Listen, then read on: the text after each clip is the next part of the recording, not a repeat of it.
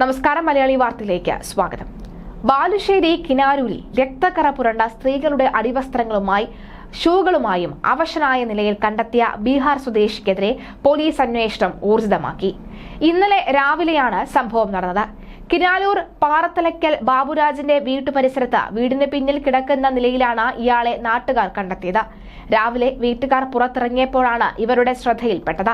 ഇയാളുടെ കൈവശം സ്ത്രീകളുടെ അടിവസ്ത്രങ്ങൾ ഉണ്ടായിരുന്നതായും തലയിൽ നിന്ന് രക്തം ഒഴുകുന്നുണ്ടെന്നും വീട്ടുകാർ പോലീസിൽ നൽകിയ മൊഴിയിൽ പറയുന്നു.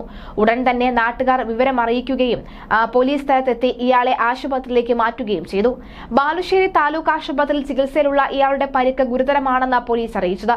എന്നാൽ സംഭവ സ്ഥലത്തോ സമീപ പ്രദേശത്തോ ആർക്കും തന്നെ ഇയാളെ അറിയില്ല എന്നും ആർക്കും പരിക്കേറ്റിട്ടുള്ളതായിട്ടോ ആരെയും കാണാതായിട്ടുള്ളതായിട്ടോ ഇതുവരെയും പോലീസ് വിവരങ്ങളൊന്നും തന്നെ ശേഖരിച്ചിട്ടുമില്ല.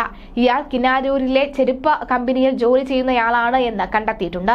ഇയാൾ തലേദിവസം മദ്യപിച്ചിരുന്നതായും നടന്നു പോകുന്നതിനിടയിൽ എവിടെയെങ്കിലും വീണ് പരിക്ക് പറ്റിയതാകാമെന്നും പോലീസ് പ്രാഥമിക നിഗമനത്തിലെത്തിയിട്ടുണ്ട്. മുറിവിൽ നിന്ന് വന്ന രക്തം ഉപയോഗിച്ച് വസ്ത്രങ്ങൾ തുടച്ചതാകാനും സാധ്യതയുണ്ടെന്ന് പോലീസ് കരുതുന്നു. വിശദമായ അന്വേഷണം പോലീസ് ആരംഭിച്ചിട്ടുണ്ട്. ഇയാളെ ചോദ്യം ചെയ്യുന്നതോടുകൂടി സംഭവത്തിന്റെ യഥാർത്ഥ വസ്തുതകൾ പുറത്തുവരുമെന്നാണ് പ്രതീക്ഷിക്കുന്നത്. രക്തക്കറ പുരണ്ട വസ്ത്രങ്ങളുടെ ഉറവിടം കണ്ടെത്താനായാൽ കേസിൽ കൂടുതൽ വ്യക്തത വരുമെന്നാണ് പോലീസ് അറിയിച്ചത്. എന്തായാലും ഇത്തരത്തിലുള്ള സംഭവങ്ങൾ ഇതിനു മുൻപും നടന്നിട്ടുണ്ട്. പരിസരവാസികൾ പ്രതികരിക്കുന്നുണ്ട്. ആ പ്രതികരണം നമുക്കൊന്ന് നോക്കാം. എന്തായാലും ഇത്തരത്തിലുള്ള ആളുകൾ ഈ പരിസരത്തൊക്കെ ചുറ്റിക്കറങ്ങി നടക്കുന്നത് സത്യത്തിൽ വളരെ പേടിപ്പിക്കുന്നതാണ്. കാരണം ഇത്തരത്തിൽ അടിവസ്ത്രങ്ങൾ അടിച്ചുമാറ്റി, സ്ത്രീകളുടെ അടിവസ്ത്രങ്ങൾ അടിച്ചുമാറ്റി വീട്ടിൽ സൂക്ഷിക്കുന്ന ഒരു വിരുദ്ധൻ കഴിഞ്ഞ കുറച്ച് നാളുകൾക്ക് മുമ്പ് തിരുവനന്തപുരത്ത് ഉണ്ടായിരുന്നു. അത് പിന്നീട് പോലീസ് അവിടെ എത്തിയപ്പോൾ ഏകദേശം 500-ലധികം അടിവസ്ത്രങ്ങളാണ് അയാളുടെ കട്ടിലിനടിയിൽ നിന്നും കിട്ടിയതെന്നാണ് മനസ്സിലാകുന്നത്. പലയിടങ്ങളിൽ നിന്നും ആ പരിസര പ്രദേശത്തെ എല്ലാ വീടുകളിൽ നിന്നും ഇത്തരത്തിൽ മോഷ്ടിക്കുകയും കഴുകിയിട്ട തുണികൾ ഇത്തരത്തിൽ മോഷ്ടിക്കുകയും ഒക്കെ ചെയ്യുന്ന സാഹചര്യം ഉണ്ടായിട്ടുണ്ട്.